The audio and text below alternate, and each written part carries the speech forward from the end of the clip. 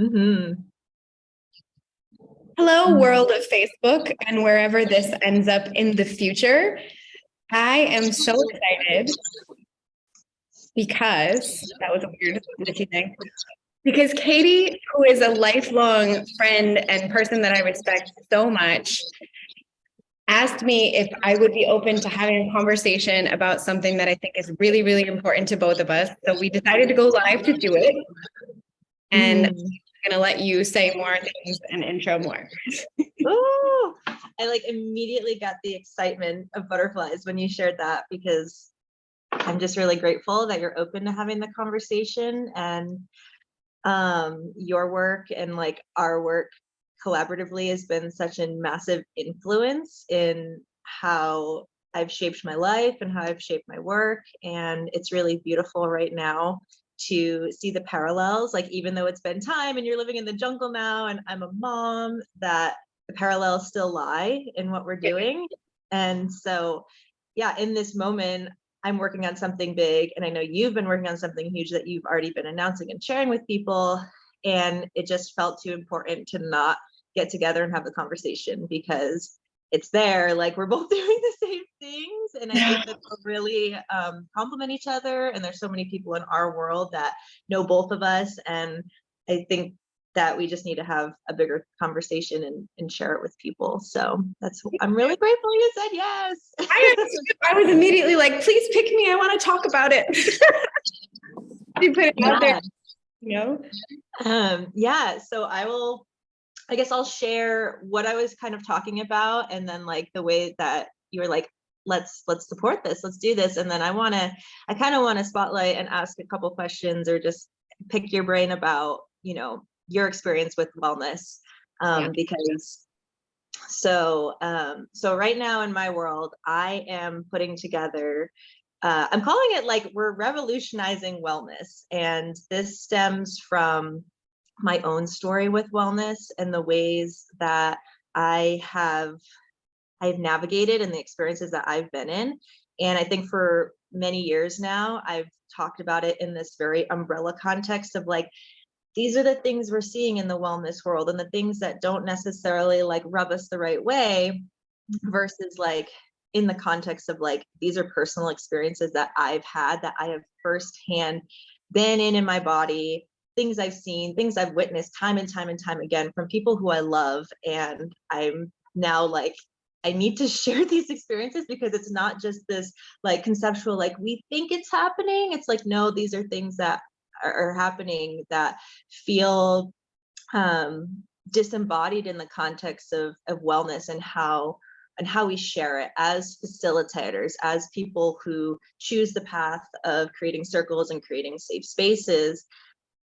There's a misalignment in some aspects. And so by sharing these stories, I hope to just sort of spark the inspiration other people of like, either I've experienced that too, or oh my gosh, that's why I feel that way when I step into a yoga class or some sort of workshop and it feels weird. So this is like my personal story, and I'm going to be sharing these wellness stories through my email, and then offering some other supportive creations.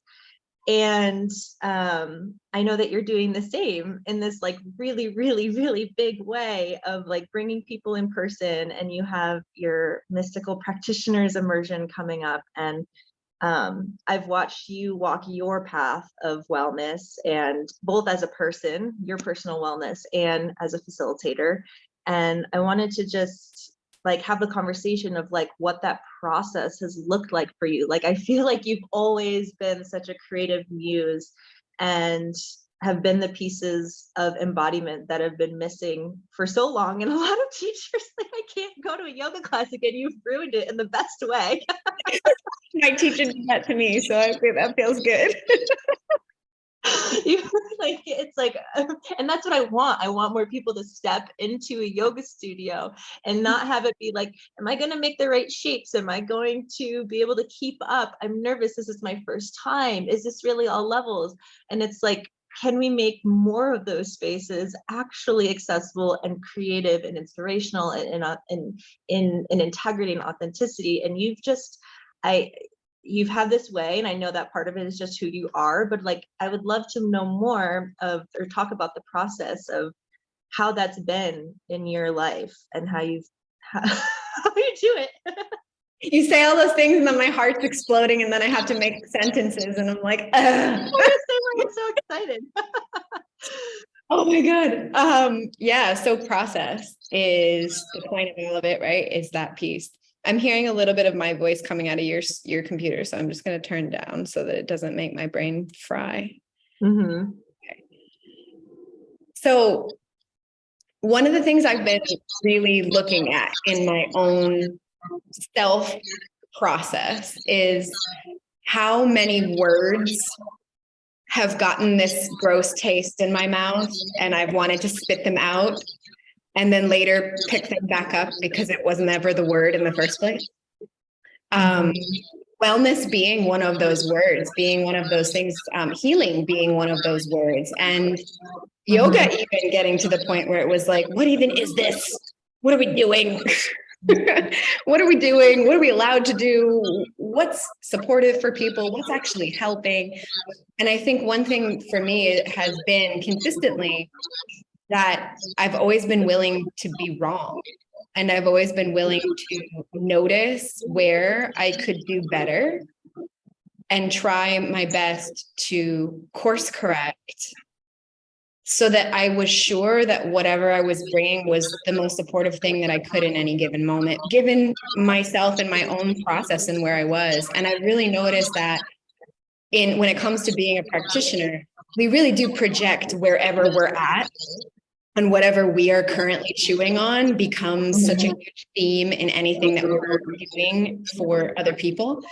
And so the ebbs and flows and the waves that I've gone through in the progression of my work have definitely had, my period of so much rage against the machine and how much rebellion I felt in my own body for all of the ways that I had felt oppressed or held back or uninformed, undereducated in things that were really, really important information for me to have, things like that. And I really went down a road from that rage, which I think was really supportive for a period of time. And I think for a lot of people, and I think it had a lot of beautiful fire has that, right? It has that quality to alchemize and to change things.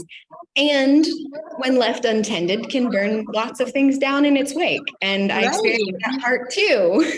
That's like anger. Anger is a catalyst. Anger is a supportive emotion that often we either suppress or we left untended.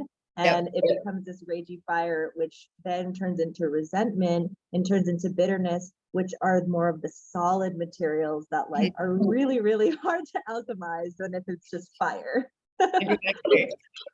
And just those edges of tending a fire in general, those edges of like how to keep it contained so that it's actually productive and creating the warmth community that's necessary. That's been a big piece for me, is recognizing where my rage is supportive and where it's not, and also where it's just mine and where it might be collectively supportive.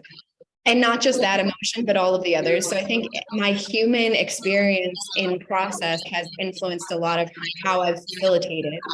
And one of those pieces also being that I am a person who's constantly like, I can do better, I can do better, I can do better, has its pros and cons, right? And that has led me down a lot of really incredible roads when it comes to learning more about what I am resourced enough to share and where I need to outsource and refer something.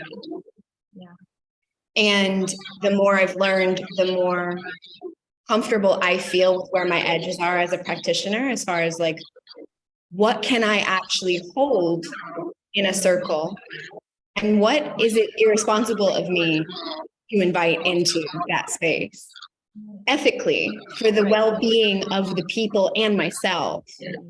And so I think that there is such a lack of this in all the trainings that we come up in, in early trainings. And I've had many experiences of very unheld containers that I never think there was never any intention for harm.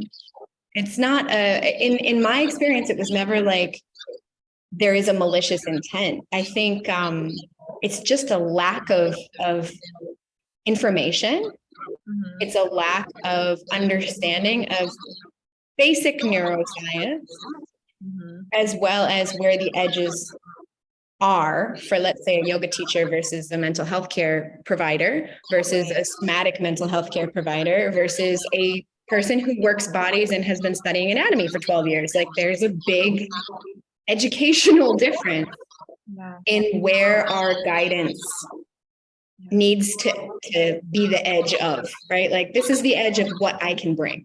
Right. And then I can work with others who have those lateral career paths that have studied that thing for 12 years.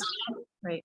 And bring them into the conversation so that people can feel more supported and know when to outsource and things like that. So my process has been a lot of like seeing things go really awry to the point where people leave some of these spaces more harmed than well. Yeah. Psychologically, emotionally, Right. body-wise, injuries. Yeah. And yeah. Thank you for sharing all of that. Yeah. Oh, so many like flickers of like moments of like wow, and like of course that makes sense. And I think what you just recently had said about not wanting to do the inherent harm of like we are just all trying to do our best, and something that came up for me when you were sharing that was this piece, especially because like right now with the work I'm doing, I'm focusing on yoga teachers because I still teach yoga, and that was like where my step into this world was, and it's still a magical part of my practice. But the thing is, like, and this is something that we did, so I took Jessi's 300-hour training. This is something that we like dissected early on, was this like idea of like traditional, like we live in a very modern world with complex trauma and physical limitations, or unseen invisible illness, mental things. And when yoga was practiced these thousands and thousands of years ago, life was very different. It was different people practicing. The purpose of yoga was more of like the physical and meditative discipline. And now you have this world of wellness where primarily women stepping into the space and approaching yoga not from this like necessarily physical goal, but this place of like, my heart is tender, or I have these things that I'm working through that I want yoga to hold for me. And I often find that a lot of the trainings and facilitations still primarily focus on physical body and physical adjustments and the way the shape looks. And so we're so focused on the body, but we're not somatic trauma practitioners. We're not mental health practitioners. And so we want to help, because as people come into our spaces, and it can feel really edgy to have someone come and be like, hey, can you help me with this thing? And you're like, yes, I want to help you. And then be like, oh God, like, I know nothing about your condition, or I know nothing about how to, so it's everything you said about outsourcing and knowing that, and also recognizing that our edges does not mean less. It does not mean that makes us, it actually makes us a more authentic practitioner, someone who's honest of like, this is what I can offer versus what I can't. Because then what happens? Not only are we, perhaps, creating these interesting relationships with people who actually aren't able to support in the way they need, but then we are burning ourselves out because we want to be the savior of all the things, because we have helping hearts. So yes to all of it. And what were you saying? I was just thinking about, from the perspective of yoga, to like, there's so many pieces that you said that really bring me into some of my earlier trainings, where we talked about how the whole point of even the development of any posture was always to be able to sit comfortably for long periods of time. Like, any shape that was ever designed had that in its roots. And that part's not very old anyway, right? So the part where we actually started moving around wasn't even the old part, right? So it's like the the philosophy behind it that has such deep roots and has a fairly specific belief system does need to be taught in that way of like, this is what the belief system was. And then these shapes came. And then female bodies were allowed to practice like 70 years ago. And then we started learning more about anatomy and started going, hey, bodies are different and bones are different. Mm-hmm. And maybe we need to look at passive and active range of motion and how we could be really, really destabilizing bodies that need stability because we don't understand what's going on. Right. Fully, completely in there. So like, there's so many pieces of it from a yoga teacher training perspective and from a yoga integrity perspective, where it's like, I think there was a big period of time where the conversation was primarily about appropriation and lineage and roots. And I think that that's the layer of like, yes, this comes from here. None of the moving. Right. That was just to sit still and think about the belief system that exists over, right? So this is what the belief system is, right? The movement, I think, is a part, that specific movement, right? It mirrors practices from that place, but bodies have been moving in very similar ways all over the world. And so movement in itself and moving in the ways that we might have chosen to in order to lead these yoga practices, they're not just from one place, and they are also from that place. And so I think it's a matter of having like the ability to hold that paradox of like, this belief system is here and from that came this. Mm-hmm. And also moving our bodies is a primal thing and it has happened everywhere. Yeah. So there's that layer as well that I think is really supportive. And the more we've learned about anatomical structure, I think the more we can ensure that we're at least keeping bodies as safe as possible, mm-hmm. with the awareness that there is an edge there, like you said, invisible illnesses and somatic information in the muscle tissue that we have no way of seeing or knowing. And for us to be teaching movement and yoga and not acknowledging that there could be things we can't see going on in there, and to have this absolute mentality that you know the absolute way that is the right way for that person to move is complete crap. Yeah, because we can't possibly know that. Right. And I think that that's something that really empowering people to self-source and really start to listen to what's going on. Mm-hmm. Is a process in itself, and then there's a lot of listening involved. Yeah. And that's going to slow all of us down. Like there's no, I know you know that feeling it just gets slower and slower.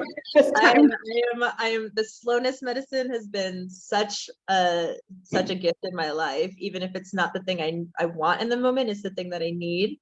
And sort of looping back to what you said, like a major piece that I heard in your process was the transparency factor of like being willing to be wrong and course correct, and then also sharing that as a gift to your community, because I think it could be a double-edged sword where it's like we recognize this thing that may have been a misstep, and instead there can be two routes. There can be, here is what I'm learning, here's what I've done, here's how I want to do better, which mm-hmm. I think is so wildly authentic and people appreciate, versus the like, oh my gosh, I haven't been doing this thing, and like sitting in our isolation and trying to figure it out and still projecting that energy into the spaces that we're holding if we're not sharing it. Like you can feel that when you're you can feel it. And that's where the disembodied piece is, because none of us are perfect and we don't want perfect practitioners. We all have unique innate gifts to share in this world. Mm-hmm. And rather than chiseling them out, we want to be in spaces that inspire us to bring those pieces out and incorporate them into our practice, our personal practice as facilitators, right? Embody the medicine that we're choosing to share with the world, as well as inspire other people in our spaces so that they do self-source and they recognize like, damn, this woman has walked this way. It doesn't have to be perfect. I'm not perfect. And I don't want to do it alone anyways, because we were never meant to. And so let's share resources. Let's come together. Let's figure out what ways you can support and what ways I can support, and like pollinate. And that's the synergistic effect that I think that's a critical piece that's missing in a lot of spaces that we're both trying to share. And I think like the practitioners retreat, I mean, I don't know if it sounds silly because I know your group obviously knows, but this is going onto my page too. So if you want to just share what you're doing in September with your training, I would love to highlight that in the space. And then I'll share ways that like people can, if they want to get on the email for the stories that I'm reading. And again, this cross-pollination I think is so important for people to know.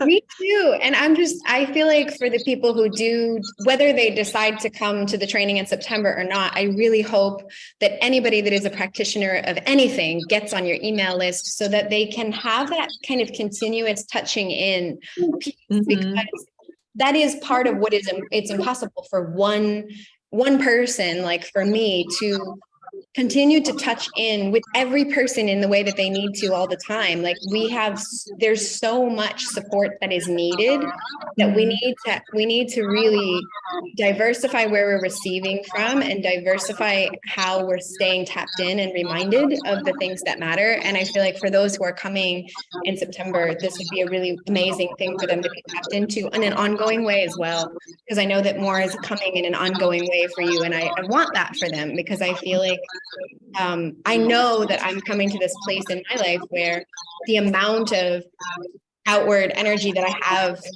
to offer is going into like a hibernation period on the other side of this. And it's changing. What I'm able to do and what I'm choosing to do is changing. So I am officially naming this as my last training, because anything that I do from here forward, it's going to be like, you know, we come in, maybe we replenish together, maybe we dance together, maybe we make some art together, maybe we write a book, like, but I'm no longer training after this. And it's more so just for my own energetic preservation and where I feel like I need to be. And because there are so many teachers who have come out of my programs like you, who are doing miraculous, beautiful things in that realm, and you're there. And I want that to be where people go, you know, on the other side of this for me, for sure. But I'm doing this big thing for the whole month of September down here in the Caribbean of Costa Rica. My intention is that it will be equally nourishing as much as it is deepening and refining and kind of looking behind some of the curtains that we haven't had time for, getting curious, sharing about our different types of practice, because it's for yoga teachers, energy healers, every kind of coach, body workers, people who contribute to the wellness of others and potentially need a little bit of a refilling of the cup. I remember for me, like my 6 weeks in Nicaragua that I went away from my 300-hour, to wake up every day and go, this is only about me practicing and learning and being with myself every day for an ongoing period of time. That was really rich for me and pulled back a lot of layers for me to look at. I just wanted to share too, there's something about the nervous system regulation, because oftentimes like for trainings, if you're doing 1 day a week or a weekend, it's like your nervous system needs like 3 to 4 days to settle into new environments. So you're just reaching that peak. You're at the climax, and then you're like, oh wait, I have to like wait another week. Exactly. So to have the month is like, oh, you can really drop in. And yeah, so I mean, the curriculum is 208 hours. So it's 6 out of 7 days a week, or, you know, with 1 day off a week.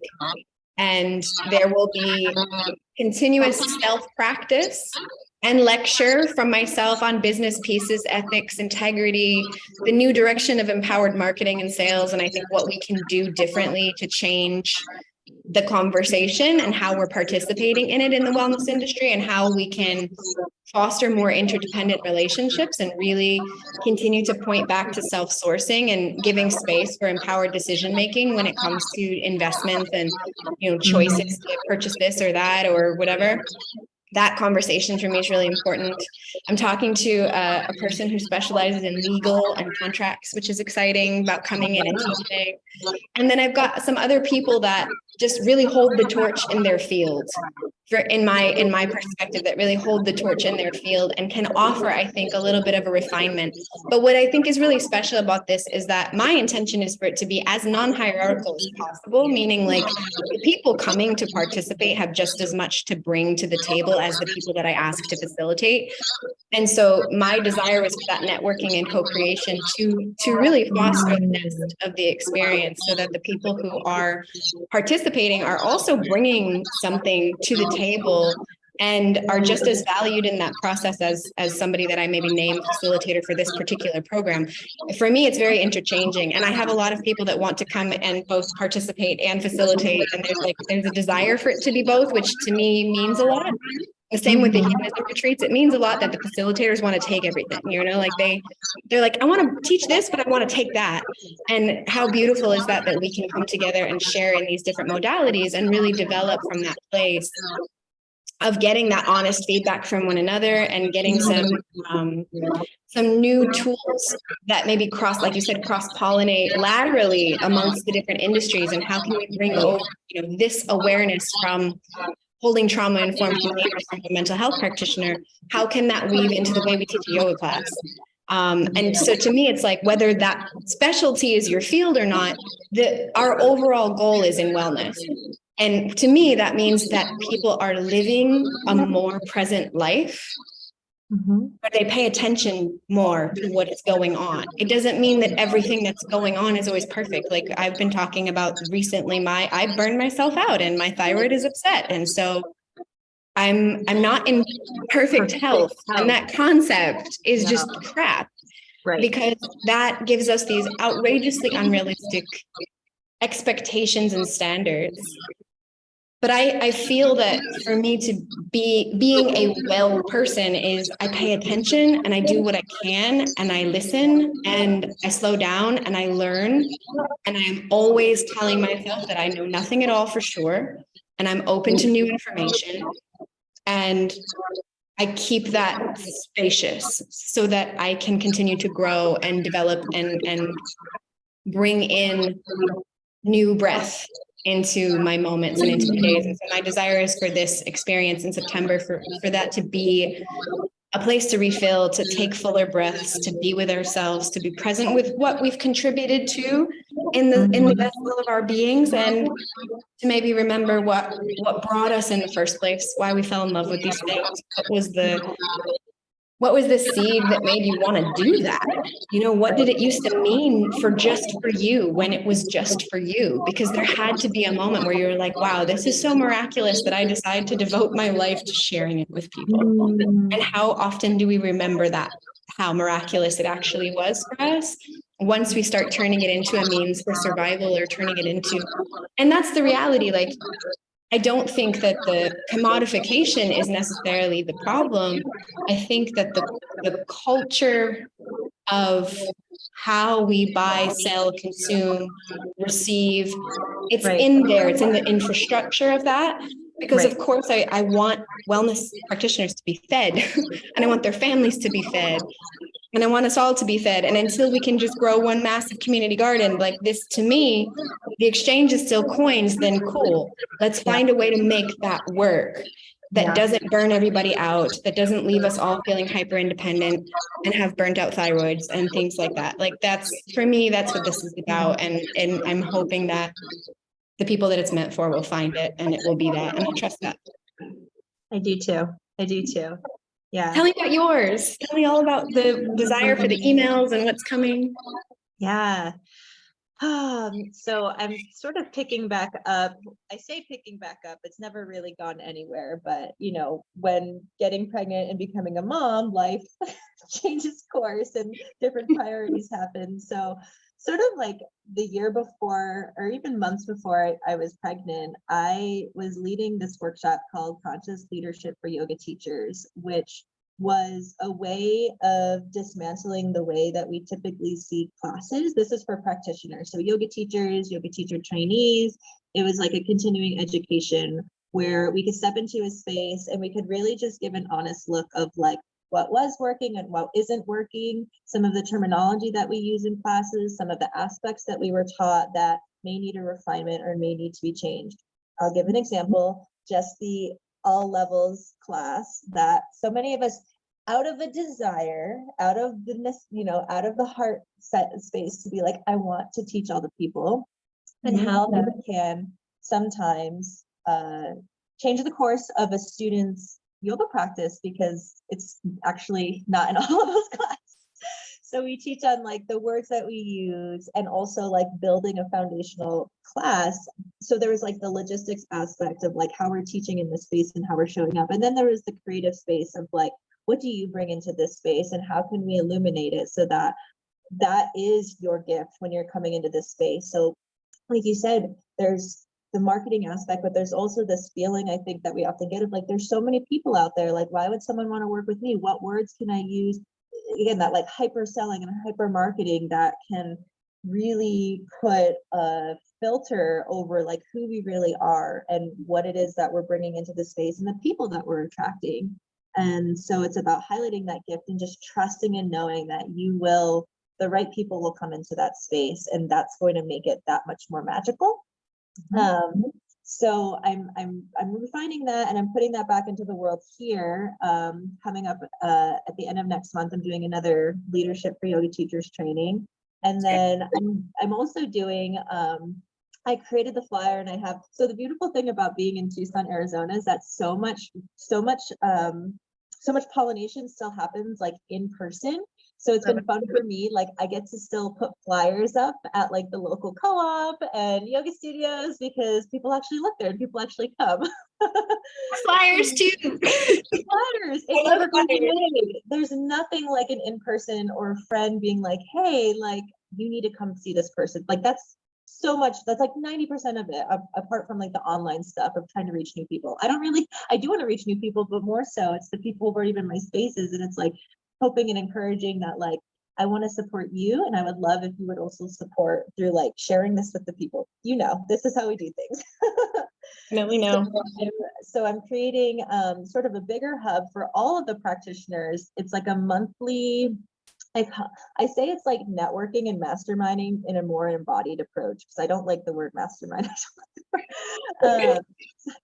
It's never the words, but it's called the Conscious Healers Network. And so it takes practitioners into a space where they are getting to meet each other, but we're also having different conversations, and we're doing an embodiment practice before we begin.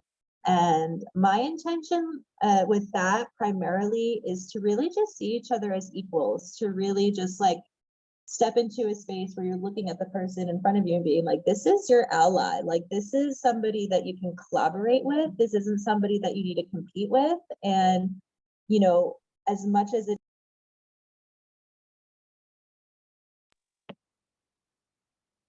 to feel like a safety net where that scarcity can start to eliminate and be like, I trust that we now, apart from just the people that I can reach, I have all these people that I can send my people to, and they can send me to, and it does feel more nourishing and spacious and expanded.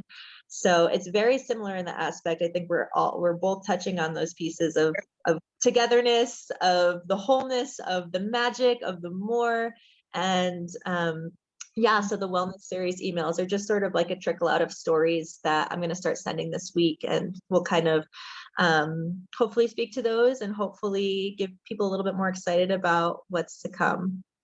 Amazing. We got kicked off of Facebook.